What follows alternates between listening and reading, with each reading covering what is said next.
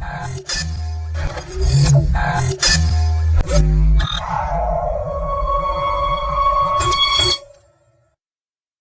all right. Okay, I'm just Welcome to Yeah, Professor Tolkien's birthday. Yeah, we'd like to wish Professor Tolkien a lovely, A merry birthday. a 1381 birthday. Yes. To go in line with his 11th birthday of Bilbo. This is a 1381st birthday. In other words, 131 years since Tolkien's birth. That would make him dead. That would make him very old. He passed away in 73, am I correct? Yes. So we both lived on this, not to date ourselves, but we both lived on this fair earth a little bit before he died. Right. So, which is weird because we were alive when Picasso was alive. Yeah, well, Picasso lived to be in his 90s, so I know, but still, it's kind of weird, you know. Yeah. So, what are we talking about today? Tom Bombadil. What kind of song do you think Tom Bombadil would sing for Professor Tolkien for his birthday? Well, all Tom Bombadil, much like modern music, many of Tom Bombadil's songs kind of sounded the same. Wow, that in your head they did. They all, to me, sounded like I'm listening to the Clancy Brothers. Whack full of diddle on the day-do-day. Whack full of diddle on the day-do-day. So we say. A bit of the whack fa-la-la-la-la-la-la. Yeah. Like Tom Bombadil spoke in sea shanty. I realized something. What? And I think this is actually going to be relevant. Because today we're going to talk about Tom Bombadil. Hey, my dear. And I don't know if anyone's pointed this out. I don't know if anyone's pointed this out, but, you know, there are theories galore, and very popular ones on YouTube, about who Tom Bombadil might be or what he might represent. And, you know, obviously there's a famous YouTube episode describing by like Nerd of the Rings or something. Shout out to Nerd of the Rings. Is it Nerd of the Rings? One of those guys. There's a few. Well, I'll correct it if it's not. But, you know, he was saying, you know, is Tom Bombadil a Mire or a Valar spirit or a Mire spirit? And we've, you know, I always thought he was some kind of Mire spirit, but, you know, he put forth some reasons for why that might not be the case. It's very interesting, very fascinating. Okay. But one thing I always thought was kind of interesting is that he's kind of a nature spirit of some kind. You know, he's like, you know, he talks to the trees and stuff.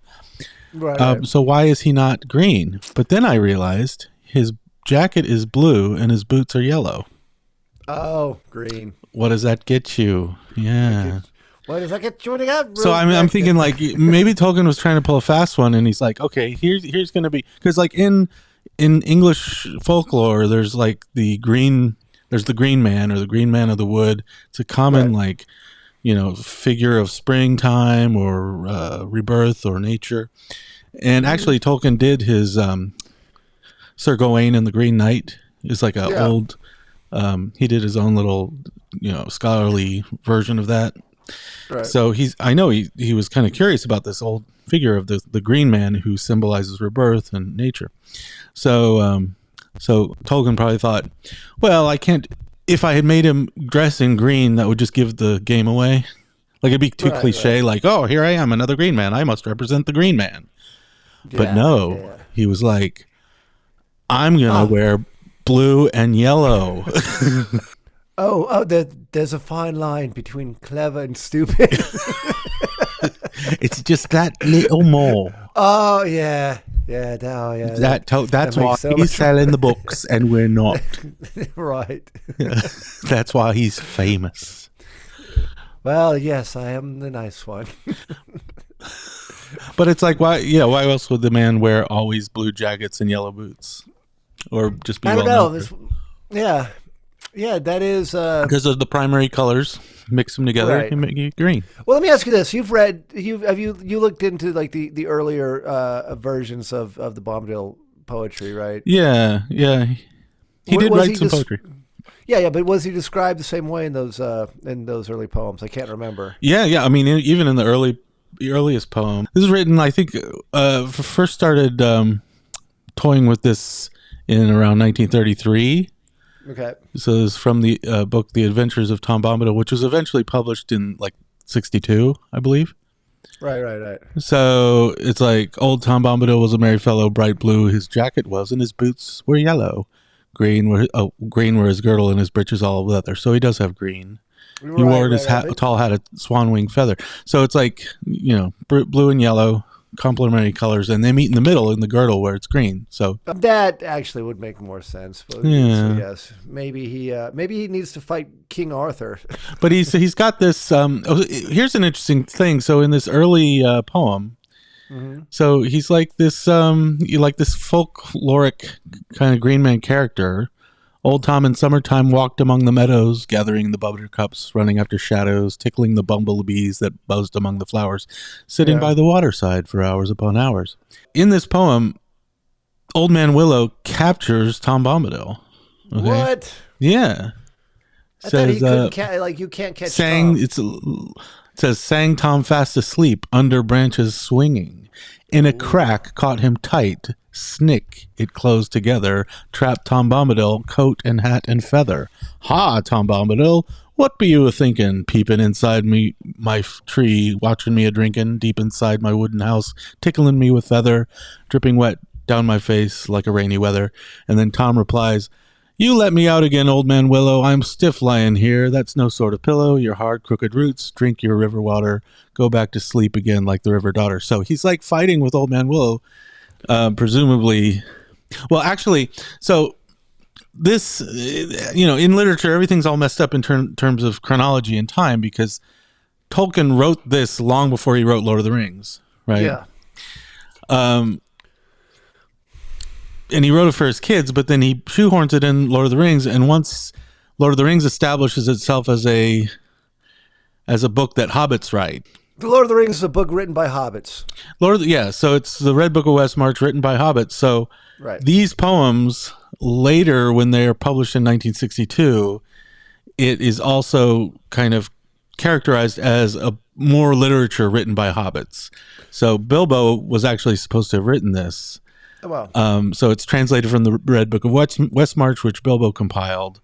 And so Bilbo wrote this. So even though this scene where Tom Bombadil gets captured by the tree, Old Man Willow, because it was written in 33, it happened before the hobbits got trapped in Old Man Willow in the Lord of the Rings.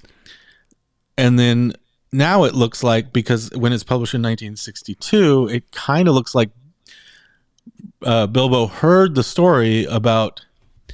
I mean, this is just a theory, speculative, but it's almost as if Bilbo heard the story about Merry and Pippin getting caught in the tree, and then penned this poem, in Rivendell or wherever later, and wrote a poem about how this tree is dangerous, and this is kind of shows a relationship. In this scene, Old Man Willow actually traps Tom instead of Merry and Pippin.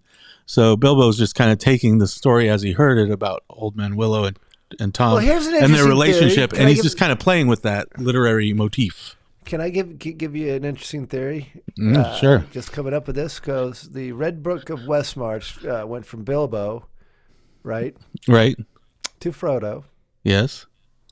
And then he gave to Sam to finish up. What if this was a Sam poem? It might be a Sam poem. I mean, I've heard that it's a Bilbo poem. I don't know if there's if Tolkien ever claimed it to be a Bilbo poem. But Bilbo would not know about Old Man Willow unless they told him about it. Right? Yeah. Well, maybe but this could be a Frodo or a Sam poem. And again, we're just speculating. Right. Because why would Bilbo write about Old Man Willow? And again, I mean, it might be like that because Old Man Willow was or Tom Bombadil, right? Was kind of like the equivalent of what Paul Bunyan is to us. To the hobbits. Paul Bunyan's like an American folk hero. So. Yeah, so the Green Man of the Wood is like an English folkloric figure, and so Tom Bombadil might be something like that. To the hobbits, like Tom Bombadil. Right, to the hobbits. They tell stories about some figure, some romantic figure who lives in the woods and is beholden to none or whatever. But the thing is, like they've they had like maybe this was a translation of like again stretching that this could have been a translation that Frodo or Sam heard from one of the many stories that Bombadil had told them during the time when they were just sitting there telling stories, right? Like where they wandered. So I mean, not that this is a translation, but it would make sense that Bombadil, would battle Old Man Willow, so to speak, and kind of figure out what his deal was. But point is, well, Tom Bombadil not only battles Old Man Willow, but he like, it's funny for a figure that's supposed to represent nature and be this, somewhat like less of a, like Bjorn in The Hobbit is a little bit more of a dangerous seeming figure and a little bit more aloof. Yeah. Like Tom Bombadil is very friendly to the hobbits, but here in this poem, he like fights with all these creatures. This is from part 2. Bombadil Goes Boating, where he runs into a bird, and he's kind of a dick to the bird.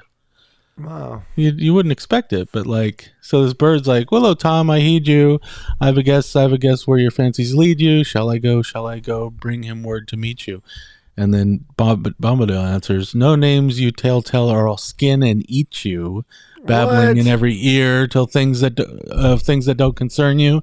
If you tell Willow Man where I've gone, I'll burn you, roast you on a willow spit. That'll end your prying. Willow wren, cocked her tail, pipe, blah blah blah."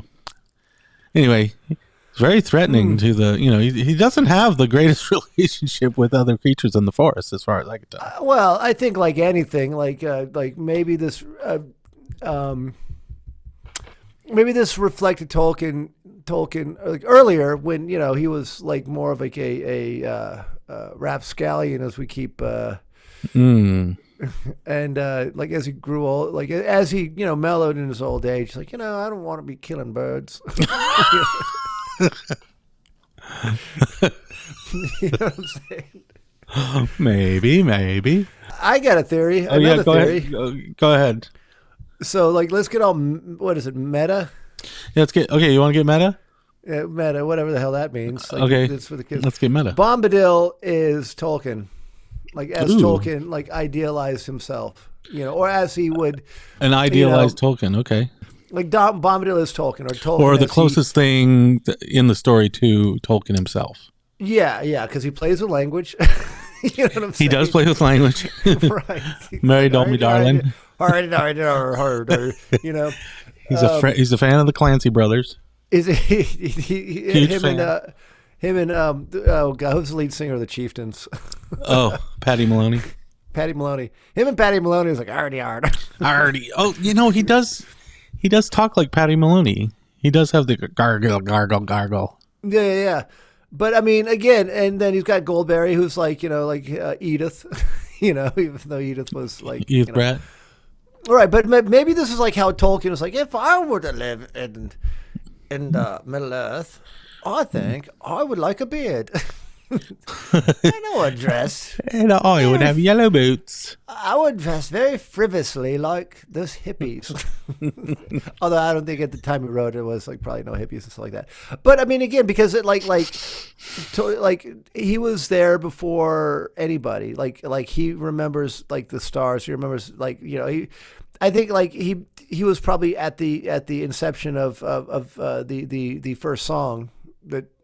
Right. So you're saying that by being like before everything, that shows how Tolkien was before everything because he existed before Lord of the Rings and all of Middle Earth. Right. It was a invention and a creation of Tolkien. So Tolkien himself existed before these things. But in a way, like again, it's kind of like, what is it? I can't remember. Was it Michelangelo's? Like, how do you take that sculpture and what is like, well, the sculpture is always there. I'm just chipping away the pieces. So like Middle Earth in Tolkien's mind could always be there in the same way that Bombadil has always been there. You know what I'm talking about? And then okay.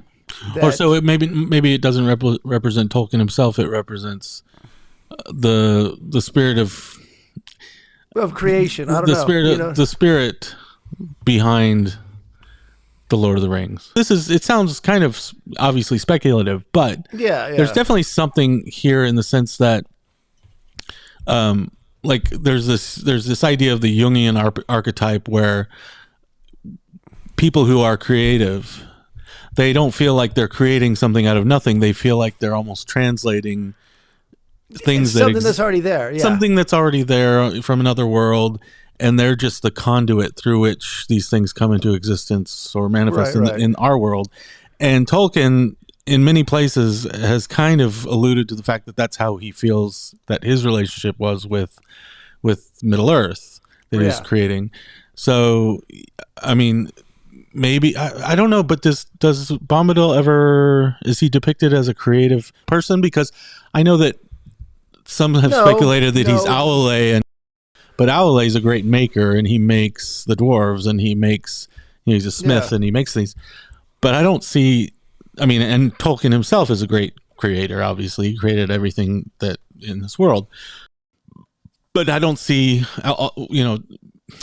Bombadil is a figure, is a nature figure and a beneficent kind of figure, but he's not necessarily a creative being that I can tell.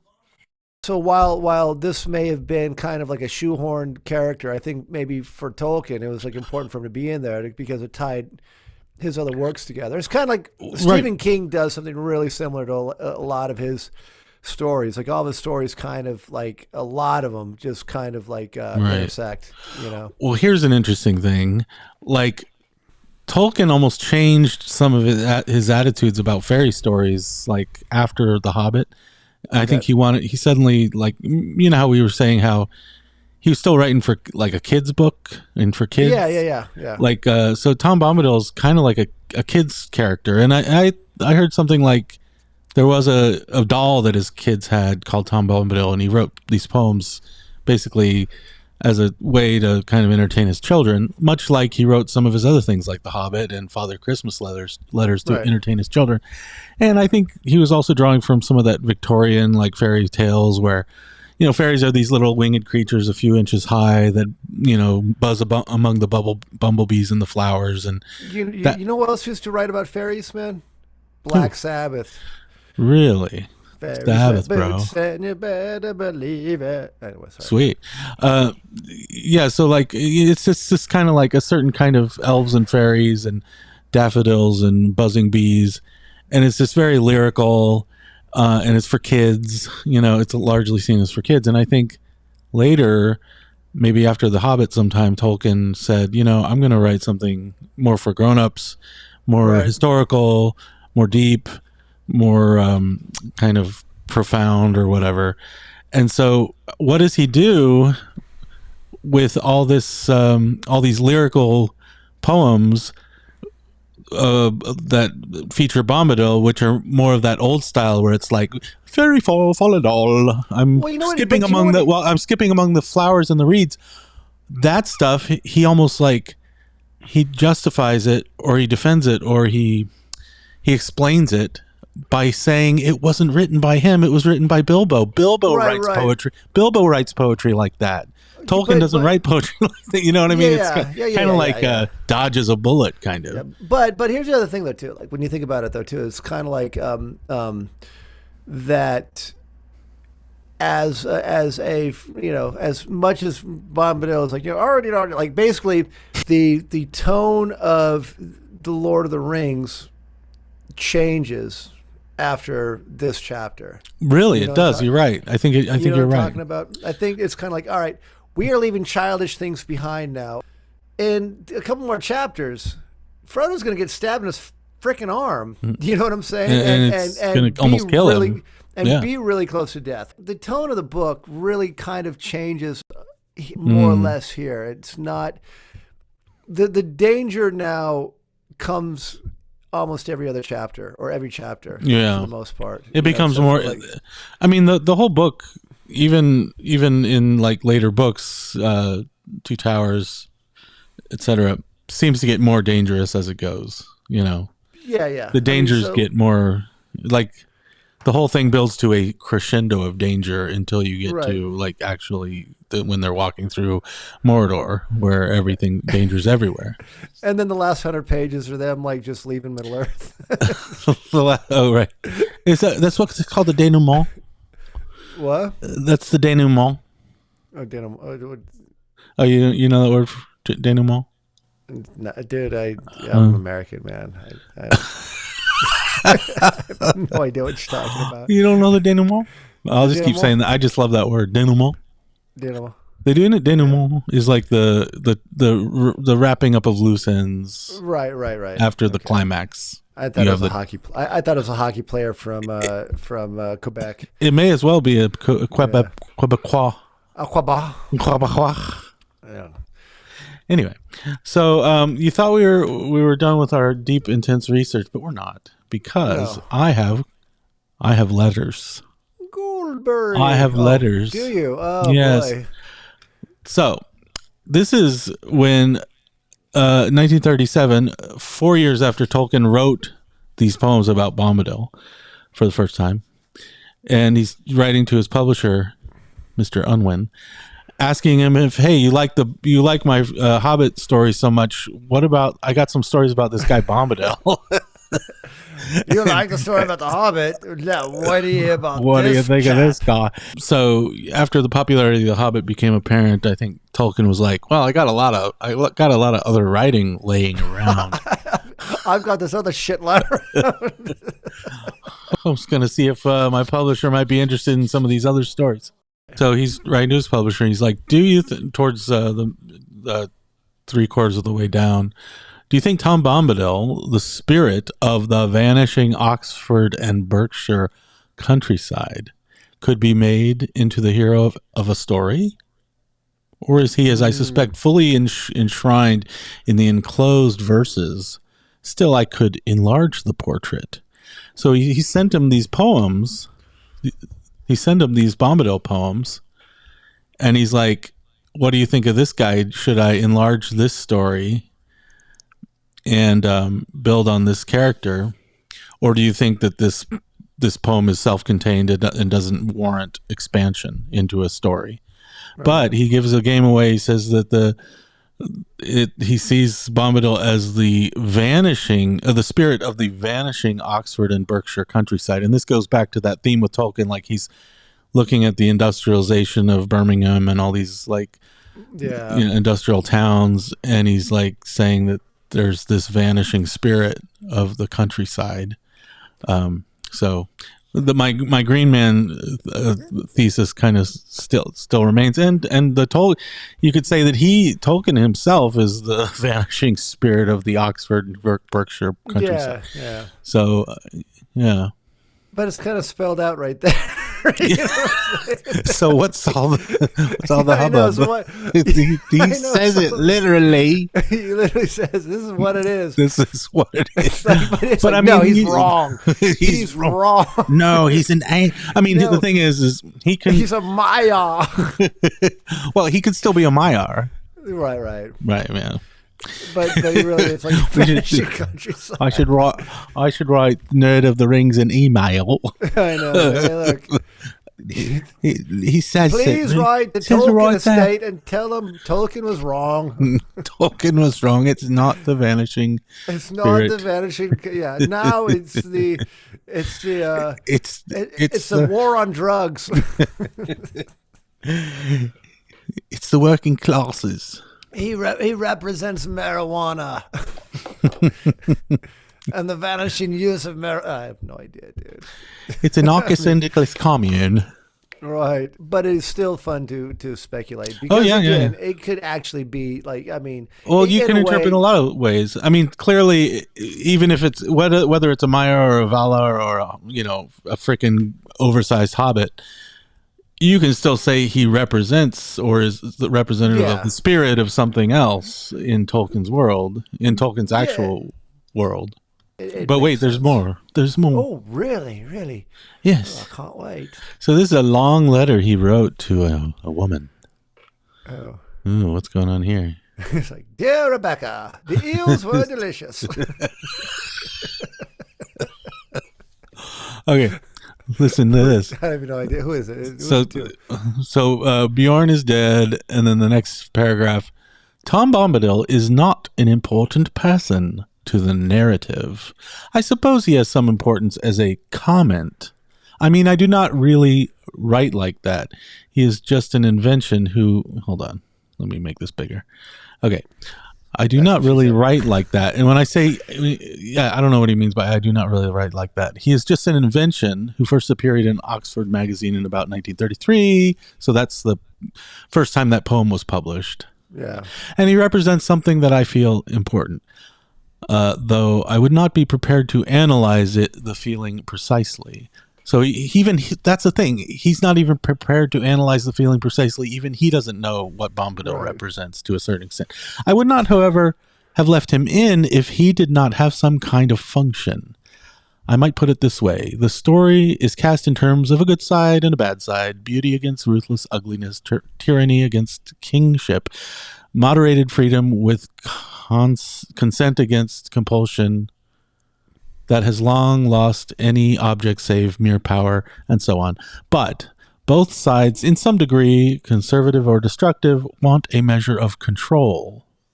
But if you have, as it were, taken a vow of poverty, renounce control, and take your delight in things for themselves without reference to yourself, watching, observing, and to some extent knowing, then the question of the rights and wrongs of power and control might become utterly meaningless to you, and the means of the rights and wrongs of power and control might become utterly meaningless to you.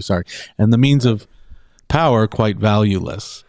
It is the natural pacifist view, which always arises in the mind when there is a war. But the view of Rivendell seems blah, blah, blah. So anyway, so he represents a position that's neither good nor bad, right nor wrong, like a pacifist and an observer. So to wrap it up, there's many theories out there. Many theories, but Tolkien pretty much spelled it out. Yeah, right. But again, it's like if he spells it out from his perspective, it's still, but what does he represent within the context of the story? What kind of creature is he? And also, I do think that there's some credibility to the idea that he represents in some way Tolkien himself as the master. I mean, he literally calls himself the master. And what does he do? Actually, I didn't even think of this. What does Bombadil do when the hobbits wake up? He tells them stories. Right. He tells them all kinds of stories. And what is Tolkien but a storyteller? Dude, he's like the master and the storyteller.